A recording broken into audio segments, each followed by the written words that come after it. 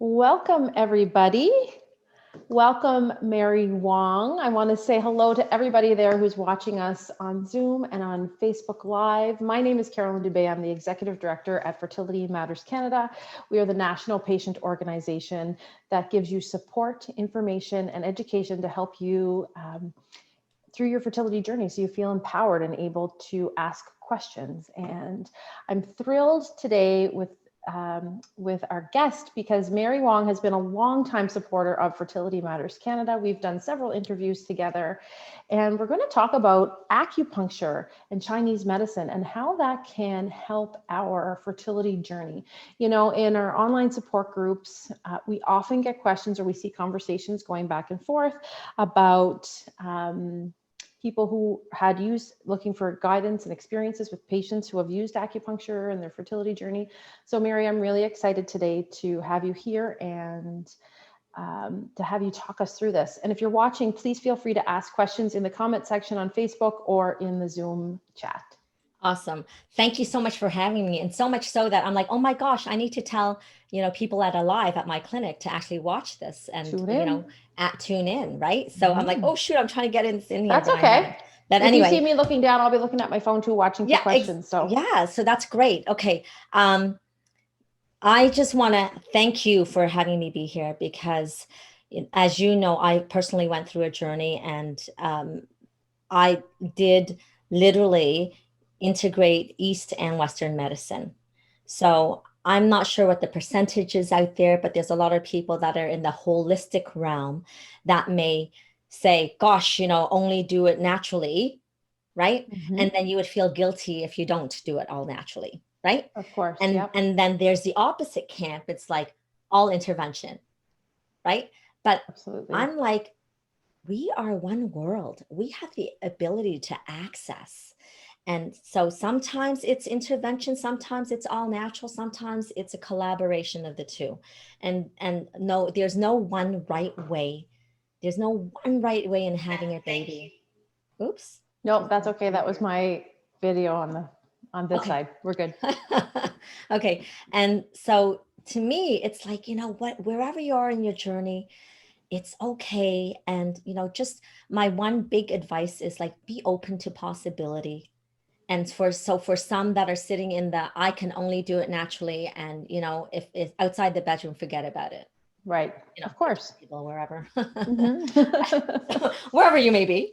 But, it's Dr. Tanya Wild, my naturopathic doctor who we're teaming up with to do a podcast. I like her expressions, like, you don't need to be a hero.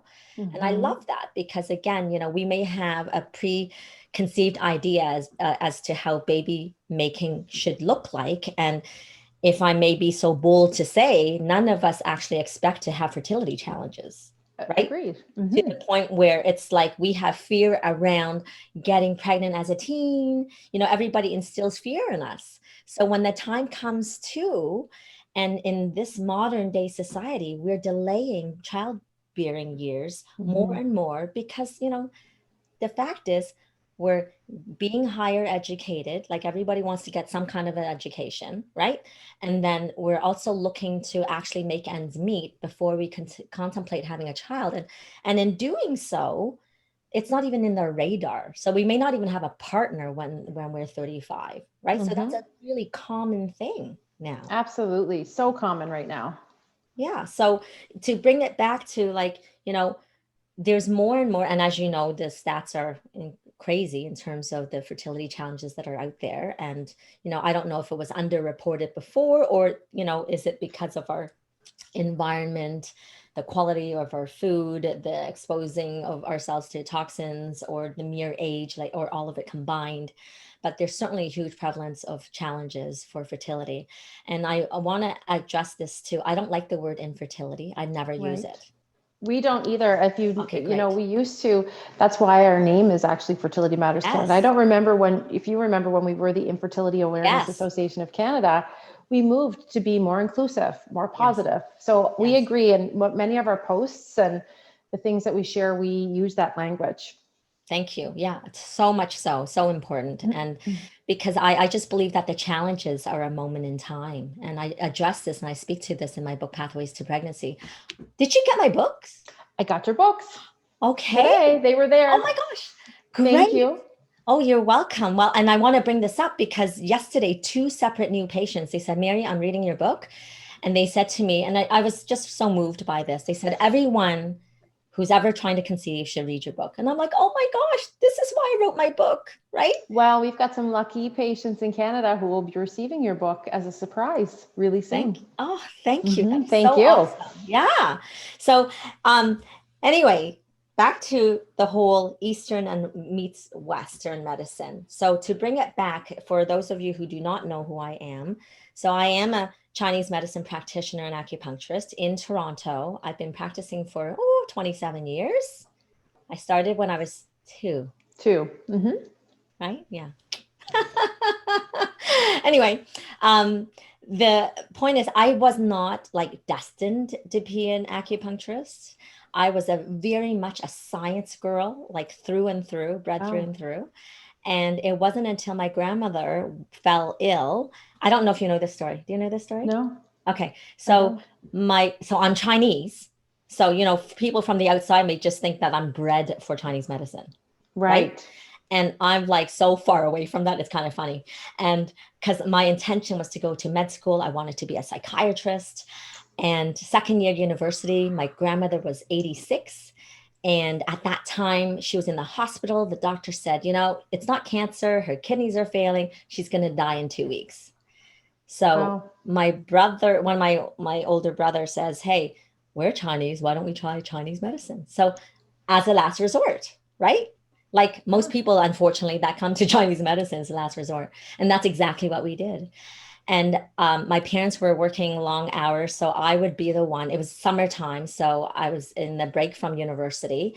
And I would drive her, I forget, like twice a week to the acupuncturist in like this downtown herbal shop in Chinatown, right? And this doctor of Chinese medicine was in the back, doesn't speak English. He's like, I don't know. He looks like 100 years old, and he would give her acupuncture, and then he would pack up these herbs, and we would brew them at home. And she didn't die in 2 weeks. She made a spontaneous recovery over that summer. And so when I went back to school, I'm like, oh my gosh, I just cannot fathom that she slipped through the cracks of Western medicine, something that I honored and trusted. So then my mission became, I want to fulfill and bridge that gap, right? It's like we should have access. Yeah. To create access for the world. And so I finished my degree. I did, biological sciences. And then I went straight into Chinese medicine school and never looking back. And, in the past, at least 15, 16, 20 years, I don't even know anymore. The real drive is towards fertility. And in Chinese medicine, it's a system that has been time tested for over 2,000 years. The first medical text in China was dated about 2,000 years ago, but it references up to 5,000 years. And what's interesting is that even back then in the medical texts, they acknowledged and used Chinese medicine for the treatment of infertility. Wow. So we do call it infertility. Yeah. So it is interesting. Yeah. And it was in the chapter in the Suwen, it was in the chapter for miscellaneous diseases. Interesting. Right? Yeah. And of course, back then, if you're 25 and not pregnant, they make it an issue. And what's interesting also, there's a cultural thing going on. And I don't see it change that much in modern culture. And by that, I mean, there's a misnomer that fertility challenges are a woman's problem and a woman's responsibility, right? Absolutely. And we know, and back in the day in China, like when the emperor has actual male factor, he's not told that it's his issue. It's blamed on the woman, right? Like this has happened in history. And so you take it forward today and, no offense, I have a really great relationships with the reproductive endocrinologists all across Canada, that most of them know who I am, and I respect them all. But yet there's still this conversation. It's like, when the man gets a sperm test, for example, and it seems okay, or even when it's not okay, it's like, don't worry, it's okay. IVF can take care of this, right?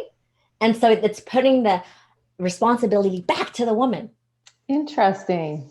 right? Yes, yes, It's a perspective, and we need to totally. educate everyone. Say, hey, you know what? He's 50% part of this equation, and yes, even when his sperm parameters look good in that moment, that doesn't mean a week from now, if he gets sick, that might impact his sperm parameters. By the way, if he has a fever, that might impact his sperm in that moment, Absolutely. right? That's so interesting. Yes.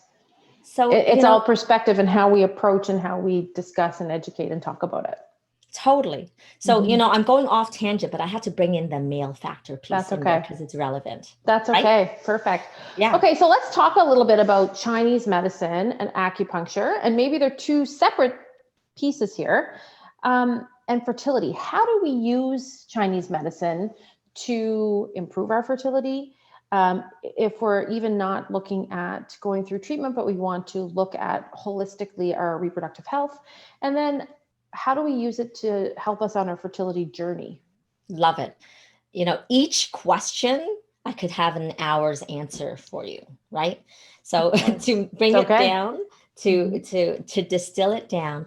So Chinese medicine, as a rule, is actually used proactively. So in the days of the emperor, the physician, the TCM doctor, traditional Chinese medicine doctor, was paid when he was well. He was not paid when he was sick for the Okay. emperor. So the whole premise in Chinese medicine is that let's keep everything working. Let's be proactive. So when it comes to, when should we start something like Chinese medicine or acupuncture? I'm like, now, right? Because no matter where you are along your path, it's never too early and it's never too late to start. Excellent. And when we talk specifically about follicular genesis, which is the development of an egg from germ cell. Oh, sorry, that's my cat. That's okay. To my first baby. And then to now, when you're ovulating, right? There's a time span in between, right? So I know that people watching may have a certain level of education. I deem fertility challenged women oftentimes like they should get like a, PhD in reproductive endocrinology because there's a lot of researching going on, right? But so it might be a little remedial, but let's review it. Okay. So when a germ cell, so the egg starts out as a germ cell and then it becomes a preantral follicle and then it becomes an antral follicle. So if you've ever been to a fertility clinic, which most of you have, on the day 3 of your menstrual cycle or day 2 or day 4, they get your antral follicle count through the ultrasound, right? But before it becomes visible to the technician who sees it on the ultrasound, it's actually a preantral follicle, which has been developing for the past 100 days or so. Got it. Right? So for us, it's not much different than you literally planting a seed in the earth to grow a flower. So are we just going to plant the seed and like think that it's just going to spontaneously grow? No, I mean, of course you wouldn't. Yeah, no. No. And so what do you do with it? So have you planted a seed in the garden? I have, definitely. Okay, cool. I'm not always successful. That's okay. That's okay. This is fertility we're talking about. So, what do you do? What do you do with the seed? You give it water and you make sure it's warm. Mm-hmm. Give it some sunlight, fertilizer. Yeah. Yeah. Right. And if it's on the lawn, then, you might be weeding, so many things. And so we say it's the same, like for your reproductive or for your body. It's like we have these seeds that are potentials. They haven't actually come out yet. So, when the doctors say, oh, your eggs are old, to me, that's actually inaccurate because your eggs have not actually come out into fruition yet. So there's a chance that it can develop into something healthy. Okay. Right? Very interesting. It is. And who will agree with this? Like Dr. Casper, if you're watching this, you can get this because we know everybody now on Earth, on the planet, I believe, that knows anything about fertility is taking CoQ10. Right? we know it's a master antioxidant. It helps reactivate oxidative species. It can help cellular energy. So it's like, so we know that maybe potentially we can impact that egg cell. Excellent. Right?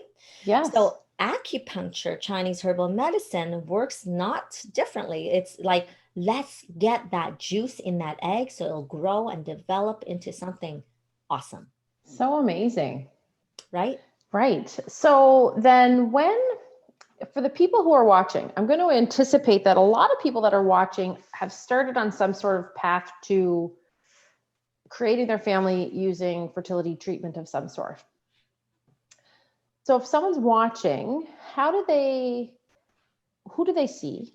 How do they get access? What are the things they need to consider in order to help this part of their journey? Love it. It's a great question. And I always believe in a team, right? And as you know, like, especially if people that have been challenged, it does really require a team. Does. And I say in my book,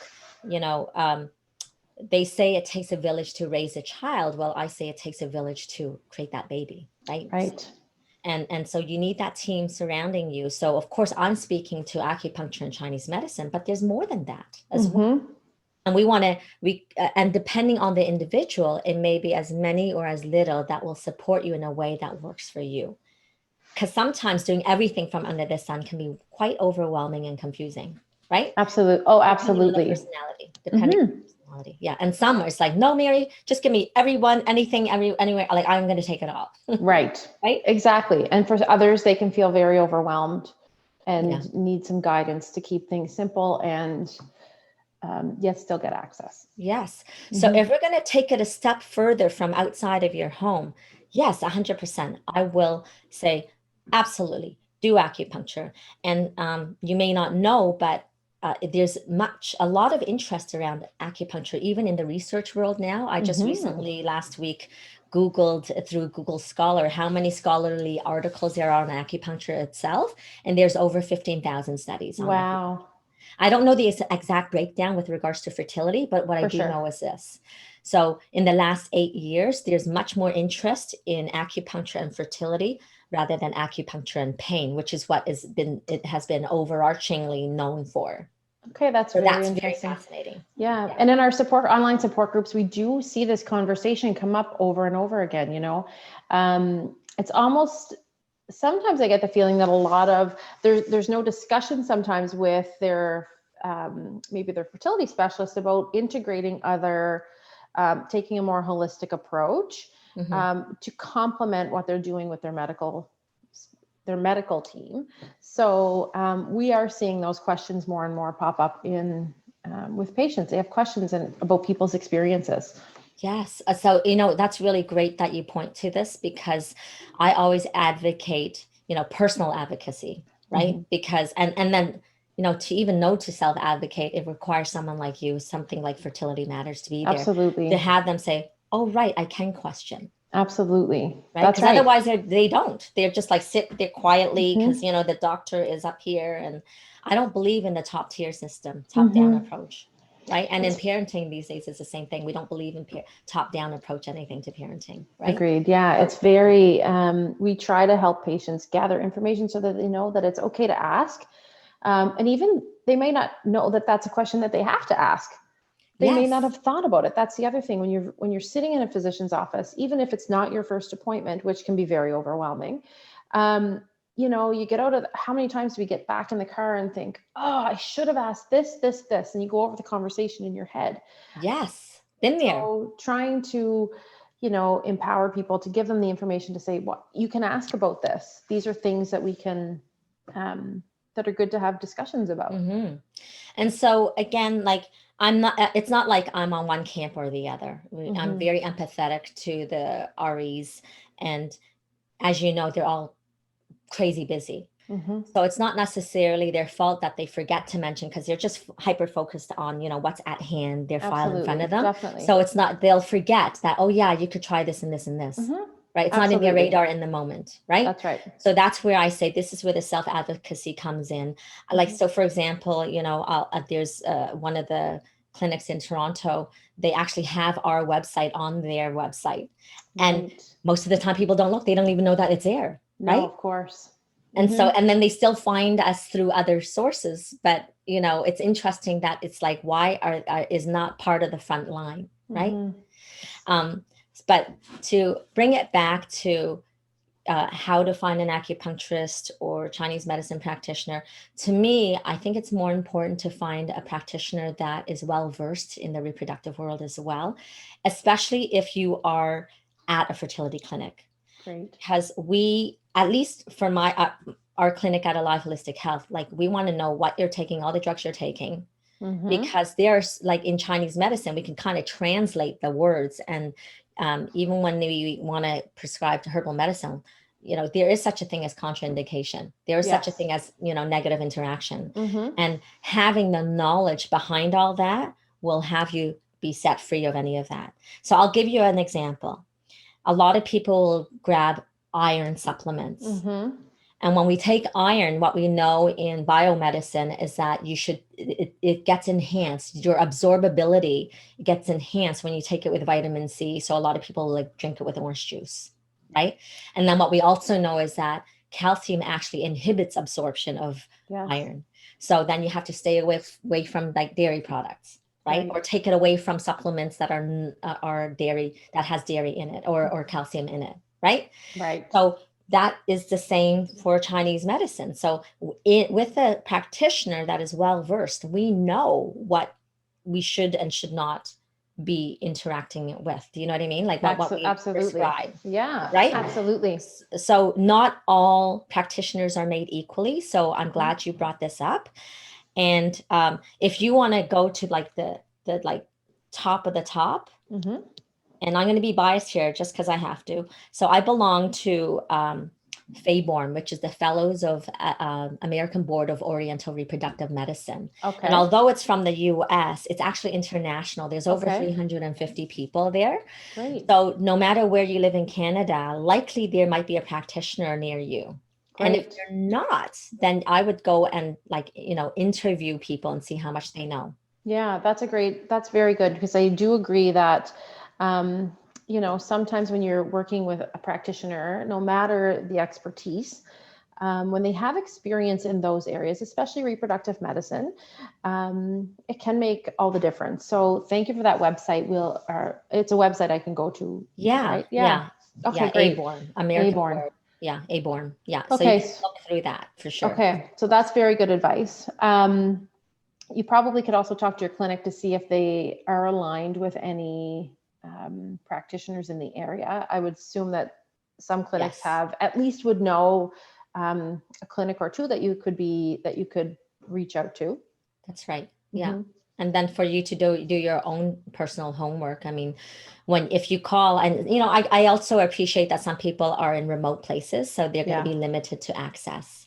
Absolutely. So even with that, I think there's a way around it, right? So because now of the pandemic, there's some positives, some negatives, but the positive I'll take is that, you know, now the practitioners can go on virtually, right? Yeah. So you know, people are calling us from all over, and we're doing virtual consults. Yeah, that's wonderful. Yeah. And then we can guide them that way and then say, okay, if there's a local acupuncturist, liaise us, and then we can have a little, you know, showdown with them and tell them what to do. Oh, great. Oh, that's Right? awesome. Well, I feel very strongly that a lot of people, you know, there are some negatives obviously with this pandemic, but one thing with this access to virtual medicine or telemedicine, it's meaning a lot more people can access you know, the expertise of these specialists. You know, you're not driving to downtown Toronto or downtown Calgary or downtown Vancouver for an initial appointment. You've alleviated all that stress. You're meeting virtually. Sometimes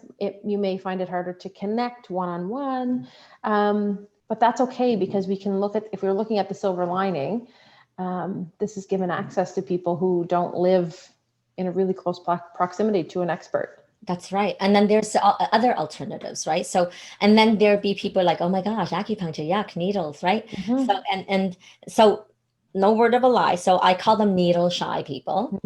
So when they're needle shy, it takes a lot more for them to come in, and you know that they're obviously really dedicated, because like, oh my gosh, people are, doing self injections with Right. IVF, and they're like phobic. It's like crazy. Yes. And so, and then with the acupuncture, what you have to know, if you've never actually done acupuncture, and I don't know if you've experienced this, and just for those who do not know, Carolyn actually just spoke to me about that she had an experience with acupuncture. So I want to hear about this in a second.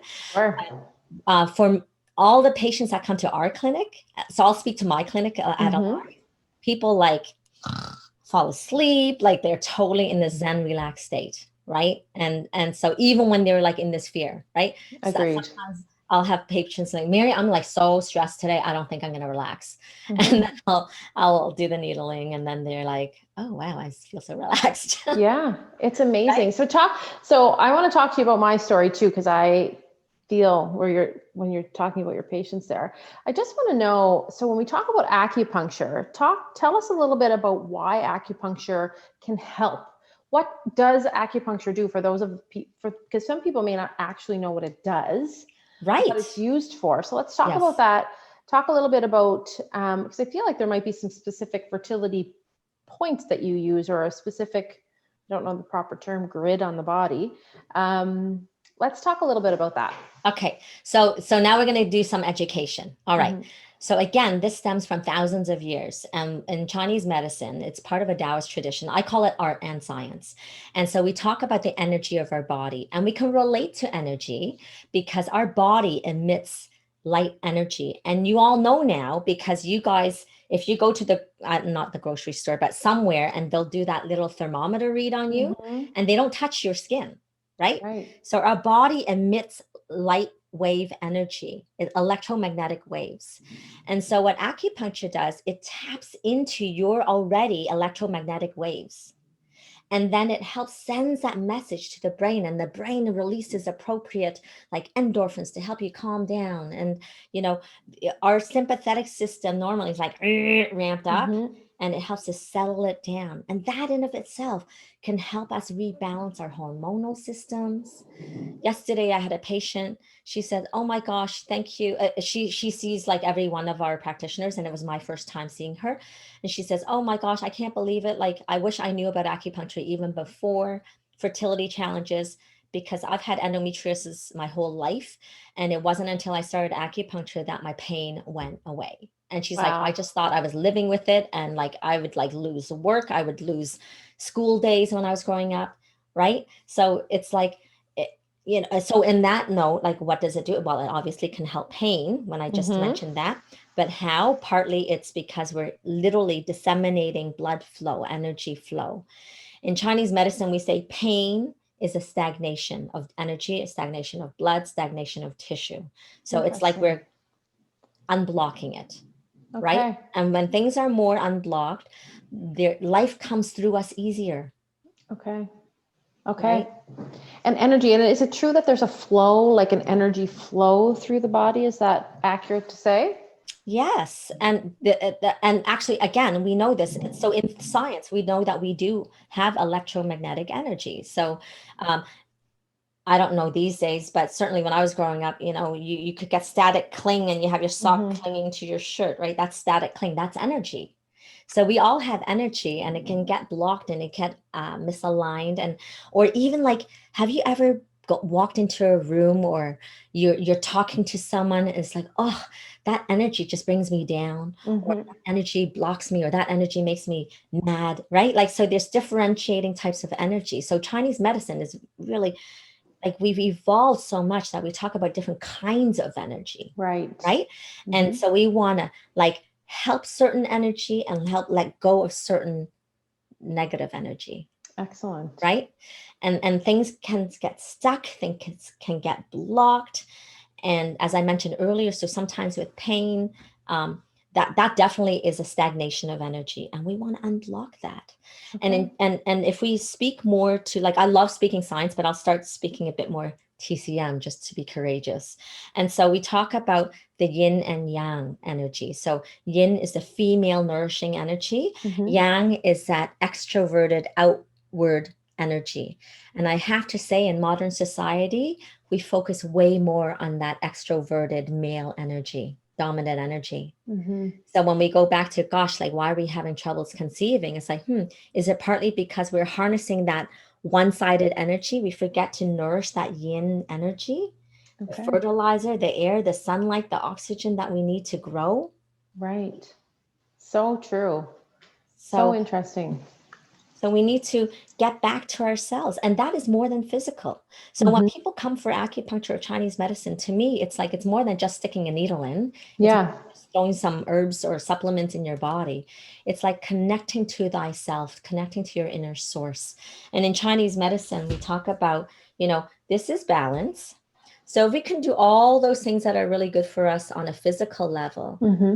But then there's a mental, emotional, spiritual thing here. And if that gets all messed up, then you're no better off. You're not balanced, right? Right. So if you're doing that perfect diet, Mm-hmm. the perfect amount of exercise or lack of exercise, because people get scared of exercising now.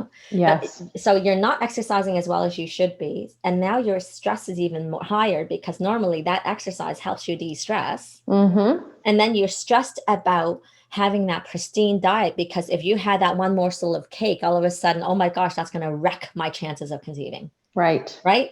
So, Right. how healthy is your mind and your spirit and your Mm-hmm. emotions in that place? Right. So, So true. right. So, in Chinese medicine, we want to look across the board, the physical, mental, emotionally. We don't separate it out. It's all It's all important. there. Yeah. Mm-hmm. And if I may add in, I had a patient, I won't say any names. She came yesterday for a post embryo transfer treatment, and um, she was seeing someone else. And she told me, she's like, gosh, like I had the negative pregnancy last time. And it's like, oh, I don't want to go to acupuncture. I just feel crappy. Yes. And she pushed herself to go. And she was so grateful because it wasn't just about the acupuncture. It's like you have a sacred space where you can be fully vulnerable and be yourself and let go. Yes. Like you I can't can do appreciate that. that. You Yeah. can't do that at the fertility clinic, right? Mm-hmm. There's no time for it, for one. No, there's not.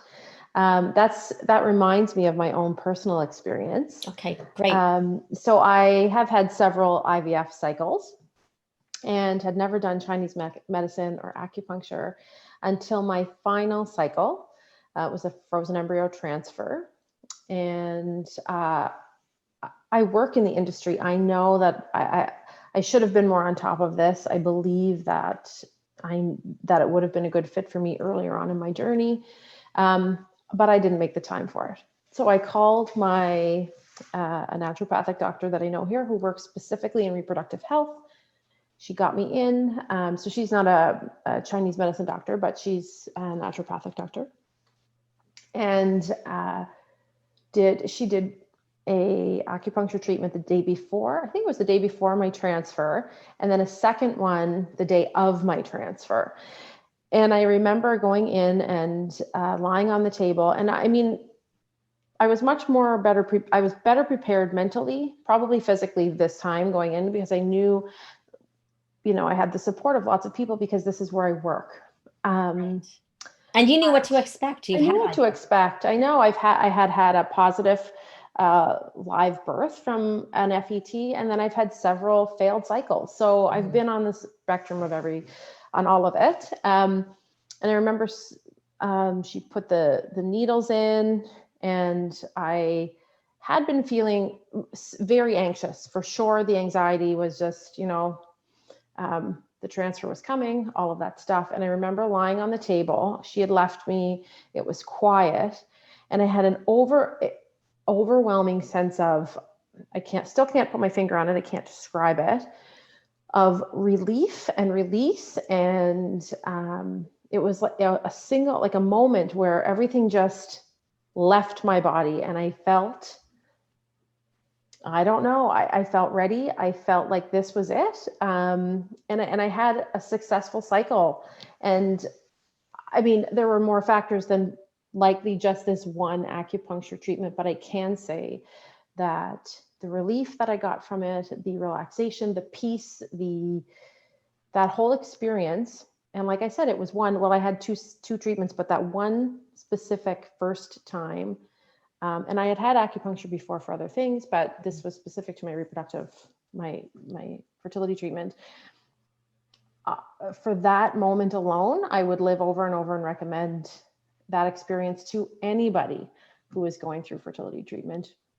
Thank you. So you had a very profound effect. And what Mhm. that was that you experienced was, we call it a somato-emotional release. So imagine this journey, right? Like it's so tumultuous and it's been stored and locked in your body that oftentimes just, no amount of talk therapy can get it out of your body. Mhm. Like it's just like so deep seated. And so with the acupuncture, it was like this electromagnetic release.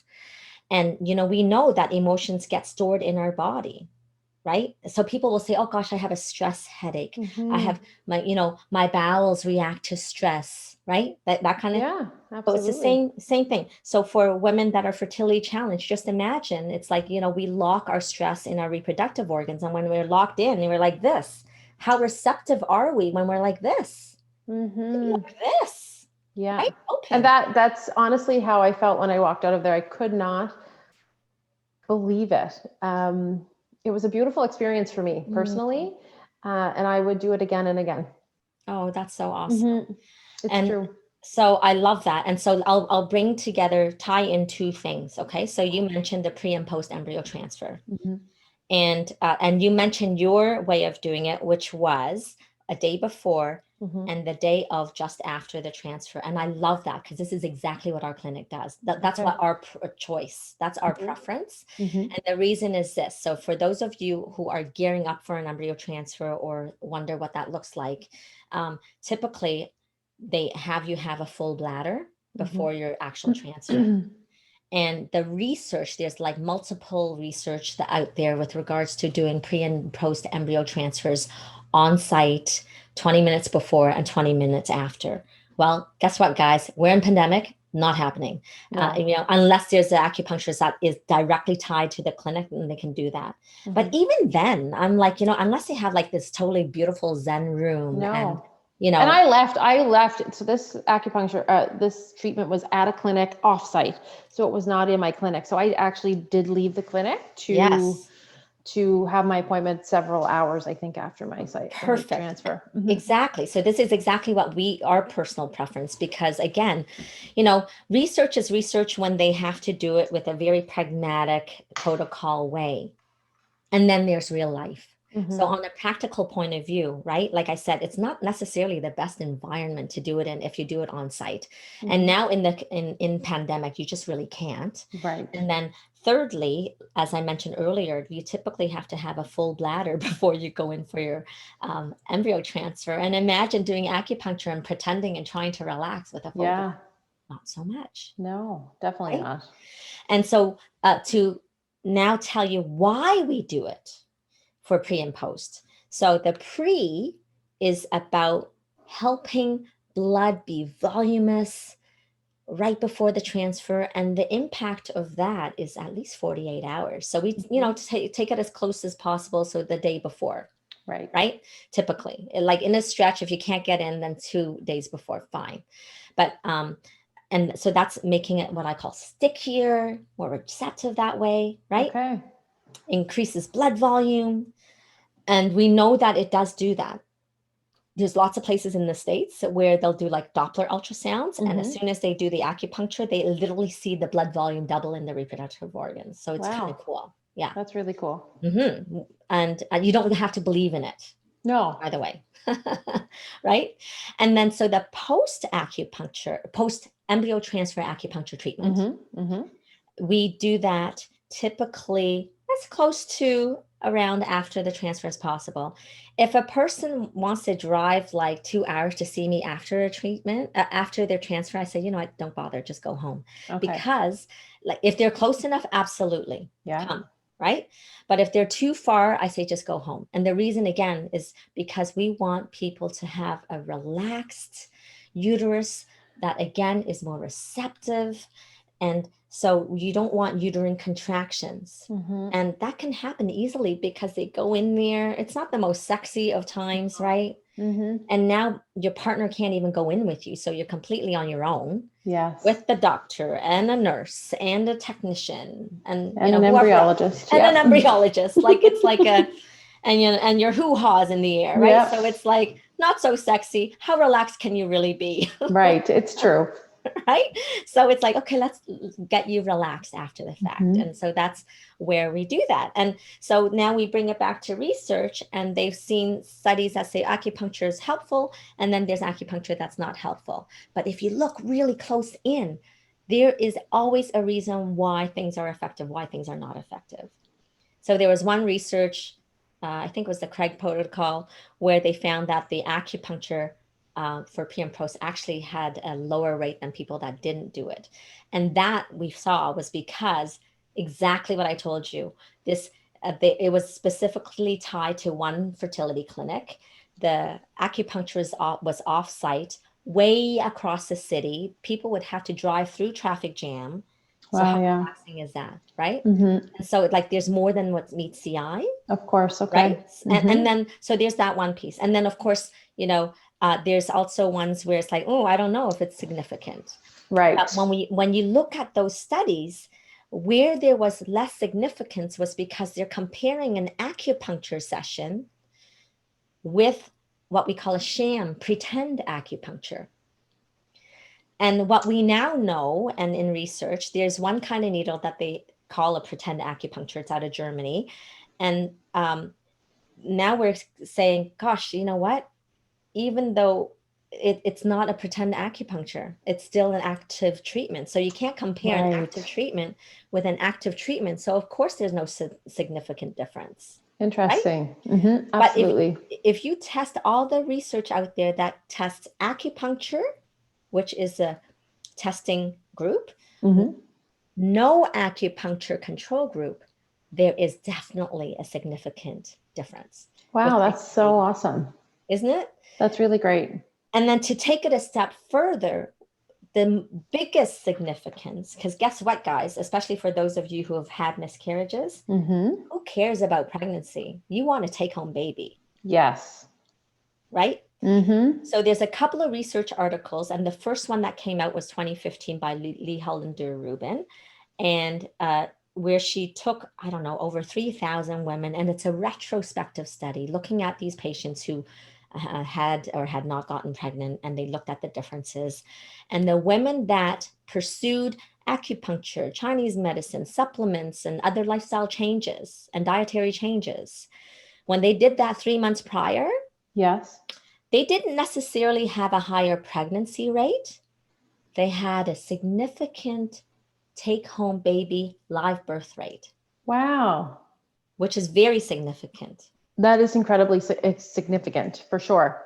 Right? Yes. And so what does that equate to in terms of acupuncture? Again, like, we say, like, let's start it at least 3 months out. Okay. Okay. And because, again, back to the conversation about the egg development and folliculogenesis, the eggs are always in developmental stages. So if we take out your ovary and we do a dissection, right? You open it up, you're going to find eggs at very different stages, right? Because I told you there's a preantral follicle, there's an antral follicle, right? So 3 months away, these germ cells are just starting to proliferate. Okay. So we want to access that. It's like excellent. Giving it air, giving it oxygen, giving it ATP, the energy, the mitochondria of the cells, so that can cause better fertilization and not to house the cellular divisions that's necessary. Okay. To prevent chromosomal errors, right? Okay. So we're trying to whip it. Interesting. Back, right? Okay. So now, if you're watching and you're like, oh crap, I'm in the middle of an IVF and I've not done acupuncture, should I start? Is it too late? I say no, because it's like, let's start juicing you up no matter where you're at, right? Well, that's what happened to me. I mean, literally 2 days before my transfer, I called and said, please take me. And she actually, it was a Sunday, I think, my transfer, and she wasn't working, and she came in to do my treatment. Oh, I will be forever indebted to that experience. That's awesome. I love that. And that is a testament to who we are as practitioners that, and I'll Absolutely. speak for all the practitioners out there, because the people that work in this field, we do it with purpose, we do it with love. It's, again, it's not just about sticking that needle in. It's like, you know, we're working with you as a human being. And that's why, and I personally had a fertility challenge, and so pick up my book and you'll actually read about it. And for me, it's like, yeah, it doesn't matter where you're at, and let's not shame ourselves, No. right, about it. And Agreed. but it's okay to start anytime. Hmm. And I was going to go somewhere else, but I completely lost sight of that. It'll come back to me in a That's second. okay. But that's okay too. It's okay. It's okay, Mary. I know, right? Mhm. Okay, so if we're going to go off tangent now, so if you're needle shy, I'm bringing it back to that. Okay. There are other alternatives, like something like this, which is light therapy in a patch that you can stick on acupuncture points. So Okay. again, if you're remote, like I've talked to people during the pandemic when we were not allowed to even do acupuncture. Of course. Women are like, oh my gosh, I'm panicking. What could I do? I have to do something. Yeah. So I had to research this out. I'm like, what can we do? And I'm like, how can we do it with the acupuncture points? Hmm. Right. So, you know, there's one thing showing people acupressure points, which is Yes. fine and dandy, but it's just more work. It's a lot of work. It is a lot of work. And Yeah. thought and stress. Hmm. So I happened to come across one of my colleagues. So Robin Ray Green, shout out to you. I hope you watch this. But she's actually a pediatric acupuncturist. And so even before the pandemic hit, she was turning to these patches because kids, who wants to Of get course. acupuncture needles, Yeah. right? So she was using this and she was getting the same results in terms Wow. of like conditions, you know, whether it's like allergies or pain or tummy aches or headaches or skin problems. Like she was using on acupuncture points. Okay. Right? So interesting. Yeah. Yeah. So if you're like, of course, to me, you know, number one, if you can get acupuncture, get acupuncture. Hmm. If you're too remote, if you're like crazy scared of needles, or if you're like your job is taking you away and you have zero time, then do this. Great. Right? And how does someone access that through their practitioner or? You know what? Not all practitioners do that. So DM me, Okay. DM me, and or contact my clinic at Alive Holistic Health Clinic. Yes. So on Facebook and on Instagram, both Yeah. very active. Yes, right. And then we, you know, we could get you going because it's remote, right? And Yeah. they're all over the world as well. Okay. Perfect. And what's really cool, if I might add in, is the scientist who developed this was working for the government and like was working trying to figure out how to help the Navy SEALs and be alert on their missions. Because imagine you don't want a sleepy Navy SEAL on their right? So, you know, instead of like amphetamines, he actually created one of the patches, which is called energy enhancers. And so it takes the light that gets emitted off of your body, Yeah. stick it on the, you know, a relevant point, and it'll reflect back a specific wavelength of light, and it'll produce biochemical changes. Oh, interesting. So it can help the hormones, it can help, you know, induce that relaxation response. And then, so again, I'm going like all over the place, but you know, when you ask me about what acupuncture does, we know for sure it causes a relaxation response. Yeah. Okay. So even doctors that don't believe in acupuncture for fertility, they understand the relaxation response. Absolutely. And we know that, especially probably during the pandemic, but fertility patients time and time again live in a state of stress. They're, you know, we're always waiting for a positive pregnancy, waiting to get into a clinic, waiting for a next cycle, 2-week wait after a transfer. Yes. There is so much waiting, and the stress, you just sit in this high level stress. So anything I think that you can do to reduce stress is incredibly important. Yes. Yes, 100%. And so I really thank you for addressing this, because it is so prevalent. And people, like I said earlier, it's like you could just do, you know, tick all your, you know, do your check marks of all the things that you're doing, but that doesn't necessarily address your stress. Absolutely. Right. Definitely. And we need to address that. And acupuncture is a beautiful way of doing that. There's herbal medicine that is calming as well. There's certain supplements that are calming. There's, as you know, there's, you know, meditation or yoga that's all calming. Right. Absolutely. But depending on your personality, you're not going to do every single thing from under the sun. And if you speak to a Chinese medicine practitioner, someone who can help you to figure out what can be a good fit for you and your journey to help complement whatever path you're taking. I think that that's an incredible option for patients to at least consider and have an initial conversation to figure out if it could be a good fit. Yeah, totally. Mm-hmm. And then I would always say, so the acupuncturist team can be part of your community of support. And Absolutely. then there's, advocates like you Mm-hmm. that has support. And then there's specialty groups, right? There's like PCOS advocacy groups. Absolutely. There's endometriosis support groups. There's like special subspecialty groups. So, I think PCOS girl, if you're on like, you are an amazing resource as well. Ashley, do you know Ashley Levinson? I know the PCOS girl tagline or the handle. Love her. Yeah, I did an interview with her with Dr. Tanya Wild in our Embrace You First podcast, and Yes. We've done 10 podcasts so far. And for listeners out there, I've dedicated. So I work, but then I have a huge amount of things that I volunteer for, all self-created. So It's first it was amazing. fertility talks, and I told you that, and I've interviewed you on fertility talks, because the mission is, again, let's give you resources that you can count on, that you Absolutely. can, rather than going into that black hole of Dr. Google with misinformation, right? Absolutely. So, if you have show notes or whatever, like, you can add that in my fertility talks, which is now evergreen on YouTube. So just go straight to my YouTube channel. Okay, great. And then what I also find though too is, it's such a lonely journey to go through your fertility journey. But then I also find, like, through chat groups, if you're part of a fertility chat group and then you get pregnant, it's kind of like you get ousted, like they don't want you there. Absolutely. You need another space at that point. Yeah. To sort of pregnancy after or life after the fertility clinic proper. Yeah. Absolutely. So that's why we created the Embrace You First, because it's like, well, yes, fertility is one chunk, but you know what? We're going to get you through this. Absolutely. And after that, I don't want you to be isolated either. Like when you're pregnant, because, you're going to be pretty freaked out anyway. And then postpartum, you're pretty freaked out. And then with a toddler, you're freaked out. And like, it just goes on and on. It's true. So we created Embrace You First podcast to help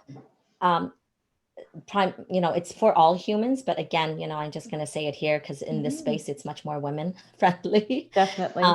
So it's like, stop sacrificing yourself for everyone else, and let's put you first, because if we don't have you taken care of, nothing can come out of this.